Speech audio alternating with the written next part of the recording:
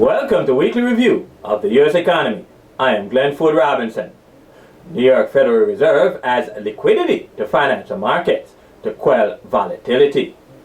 China promises to cut tariff on 800 U.S. products. Americans now have jobs and have begun to buy new homes. These stories and more after the break.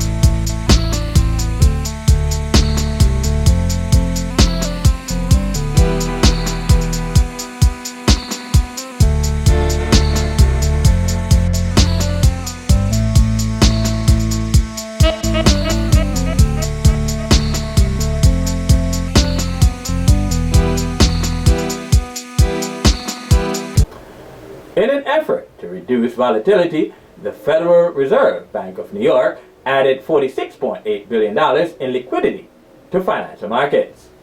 In two separate operations in the form of repurchase agreements or repos, the Federal Reserve Bank of New York added $28.8 billion in overnight liquidity and $18 billion in 14-day liquidity to the financial markets. The 14-day liquidity extends into the new year. When the financial system needs a boost in liquidity, the Federal Reserve intervenes through repurchase agreements by taking in Treasury and mortgage securities from eligible banks, which in effect equates to the short-term lending of central bank cash, collateralized by the securities involved. Financial market volatility dominated headlines since U.S.-China trade disagreements began in early 2018, when President Trump announced on March 1, 2018 that the U.S. had imposed tariffs on all imports of steel, aluminum, and other metals from China. Following the announcement, wild swings in financial markets ensued. Currency and equities markets both reacted ferociously, causing widespread uncertainty. Some investors sought refuge in safe haven assets, such as the US dollar and gold. The uncertainty prompted the US dollar to gain massive strength against other major currencies. For example, before the US-China tariff war, it cost over $1.25 US dollar to buy 1 euro on February 16, 2018. But after the trade war began, that value fell to a little over $1.08 USD per 1 euro on October 1, 2019. During this time, gold rose $247.30 or 18.9% from $1,309.80 on March 16, 2018 to $1,557.10 on September 4, 2019. Wow, simply amazing. So, where did all this investor capital come from? It all came from other asset classes, mainly the equities market. Yep, the stock market. Simply because investors became worried and uncertain about the U.S. economic outlook as a result of the trade war. So they removed some of their investments from risky asset classes such as equities and moved them over to more stable safe haven asset classes such as gold and the U.S. dollar. The S&P 500 dropped 594.33 points, or 20.2%, from a high of 2,940.91 points on September 1, 2018 to a very dangerous low of 2,346.58 points on December 1, 2018, then rebounded, hitting a high of 3,027.98 points a few months later on July 1, 2019. This is what we call volatility to the highest degree. So, it is very obvious that the Federal Reserve does not want this kind of volatility to occur again. So the agency continues to add billions of dollars of liquidity to financial markets. The Fed's reason for doing this is to ensure that the financial system has enough liquidity to keep short-term borrowing rates stable, given that the federal funds rate stays within the 1.5% to 1.75% target range. Since mid-September, when short-term rate unexpectedly shot up as a result of corporate tax payments and Treasury debt auctions, the Federal Reserve has been adding liquidity to financial markets. This has been a proven technique by the Fed for the past 10 years. In fact, ever since the Fed began employing this money market invention approach, short-term rates in the repo market have calmed. On Tuesday, the federal fund rate sat at 1.55%, while the tripartite general collateral rate stood at 1.5%. The tripartite general collateral rate tracks the cost of borrowing in the repo markets. The purchasing of Treasury bills by the Fed builds up capital reserves in the banking system, which keeps short-term rates low. Short-term rates increase when banking system reserves decrease. The central bank hopes to cut back on repo interventions at the start of the new year, but expects to continue purchasing Treasury bills well into the middle of the new year. China's Ministry of Finance stated that the country would cut import tariffs on over 800 U.S. goods starting January, after the two countries agreed on a trade deal. Beijing will cut import tariffs for goods such as frozen pork, pharmaceuticals, paper products, and some high-tech components beginning January 1st, 2020. Earlier on Saturday, President Trump said that a breakthrough had been achieved between the two countries and that he expected a deal to be signed very shortly. The Euro-USD currency pair rose over 100 pips since news broke about the U.S.-China trade deal. Positive trade deal news bodes well for the European economy, as China is an essential trade partner. As a result, major European stock markets closed in the green on Friday after the trade news. Investors' exuberance levels lifted after data showed Chinese industrial profits rose the most in 8 months. Mining equities led the way as the best performers. The DAX 30 gained 36 points, or 0.3%, to 13,337. The FTSE 100 added 13 points, or 0.2%, to 7,645, its highest close since July 30th. The CAC 40 jumped 8 points, or 0.1%, to 6,037. And the IBEX 35 climbed 39 points, or 0.4%, to 9,701, its highest close since August 9th, 2018, while the FTSE MIB gave up 141 points, or 0.6%, to 23,757. On Friday, the Dow Jones Industrial Average booked a new record high, with Wall Street ending the day mixed.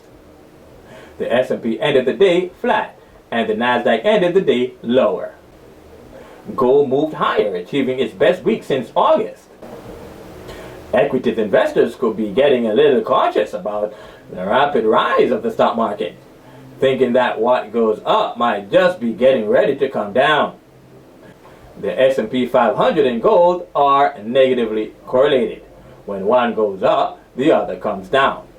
So the fact that the price of gold has begun to appreciate, the value of the other asset class should be expected to do the opposite and depreciate. The Dow Jones gained 24 points, or 0.1%, to 28,645.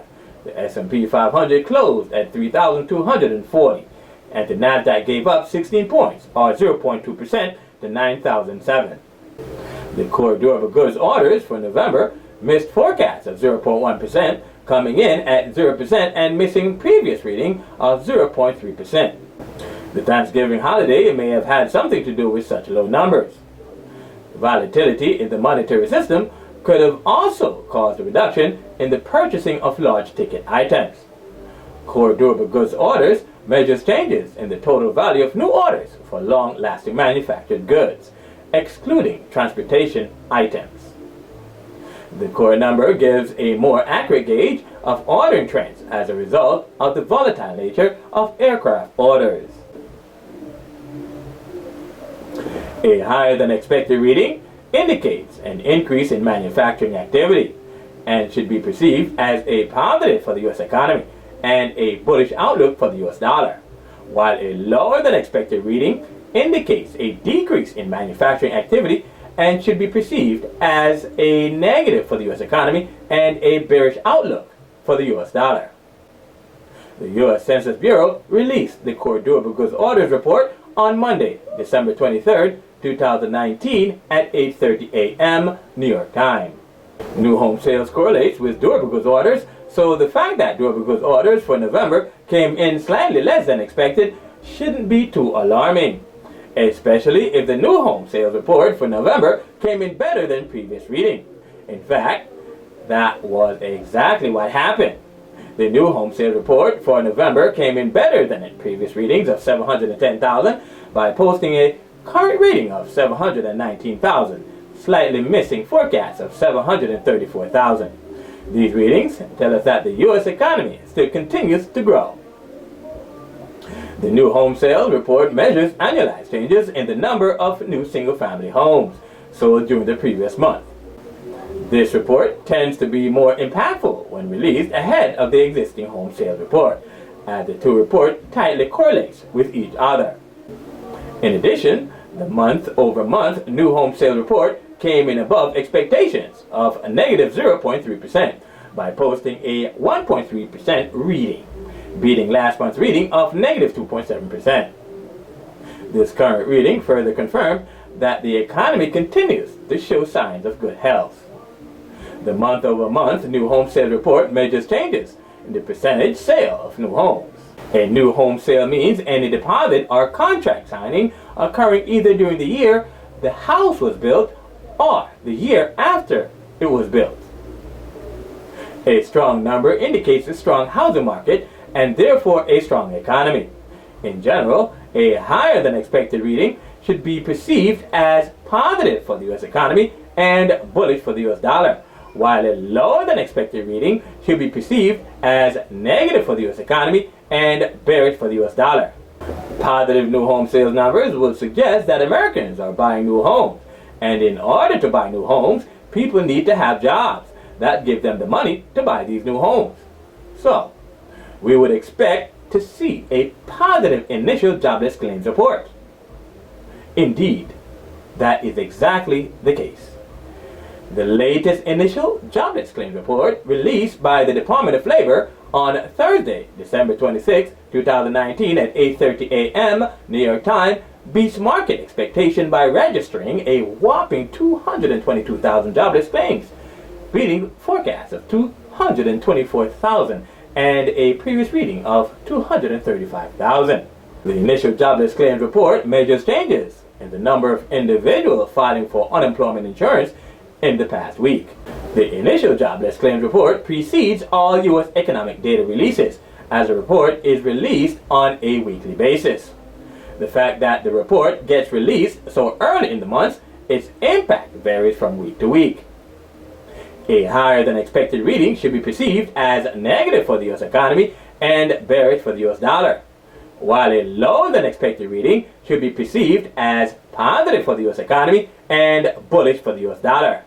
Please like, subscribe, and check the bell so you'll know when new weekly videos are uploaded. Stardom Finance commercial break. Are you a successful forex trader or a successful stock trader and want to gain even more success as a trader? Well, look no further than the Stardom Finance weekly review of the U.S. economy. The weekly review comes in a video format and an article format. The video format, hosted by Glenford Robinson, can be seen on the Stardom Finance YouTube channel, and the article format can be seen on the Stardom Finance website at mstardom.com.